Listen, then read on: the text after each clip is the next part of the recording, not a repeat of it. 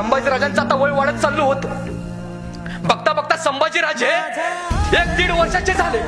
संभाजीराजांकडे बघितलं देखणे रोबदार राजे, गोंडस पोरग गोर पान. संभाजीराजांकडे बघितलं सहज लोकांना वाटायचं संभाजीराजांना उचलून घ्यावं आणि असंच काही हिरकणी स्वराज्यातल्या संभाजीराजांना उचलून घ्यायच्या, त्यांच्या खांद्यावरती संभाजीराजांना खेळवायच्या. संभाजीराजे हसायचे, उत्तर द्यायचे बाबा, असे नुकसान बोलायला शिकले होते संभाजीराजे. पण और नियतीला काही वेगळंच मान्य होतं. बघता बघता संभाजीराजांचं वय झालं 2 वर्ष. पण संभाजी महाराज जसे जन्मले तसे संभाजी महाराजांच्या मातोश्री सईबाई, या सईबाई सातत्यानं सारख्या आजारी पडत होत्या आणि 2 वर्षाचे संभाजीराजे झाले.